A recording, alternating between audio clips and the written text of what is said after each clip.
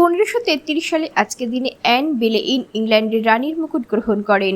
1874 সালে আজকের দিনে ইস্ট ইন্ডিয়া কোম্পানি বিলুপ্ত হয়। 1980 সালে আজকের দিনে বিশ্বের প্রথম 24 ঘন্টার টেলিভিশন সংবাদ চ্যানেল CNN এর যাত্রা শুরু। 1990 সালে আজকের দিনে জর্জ ডব্লিউ বুশ ও মিখাইল গর্বাচেভ রাসায়নিক অস্ত্র বিরতি চুক্তিতে স্বাক্ষর করেন। 2001 সালে আজকের দিনে নেপালের যুবরাজ দীপেন্দ্রর ব্রাশ ফায়ারে রাজা রানী সপরিবারে নিহত হয়।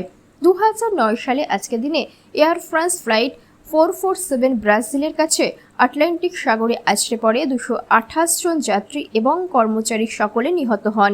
2016 সালে আজকের দিনে সুইজারল্যান্ডের গথার্ড ব্রেস টানেল সম্পন্ন হয়। বিশ্বের দীর্ঘতম 57 কিলোমিটার এবং সবচেয়ে ব্যয়বহুল টানেল, যার ব্যয় 11 বিলিয়ন ইউরো। 2021 সালে আজকের দিনে মার্কিন প্রেসিডেন্ট জো বাইডেনের প্রশাসন আলাস্কার আর্কটিক ন্যাশনাল ওয়াইল্ড লাইফ রিফিউজে তেল এবং গ্যাসের লিজ স্থগিত করে ডোনাল্ড ট্রাম্পের সিদ্ধান্তকে বাতিল করে।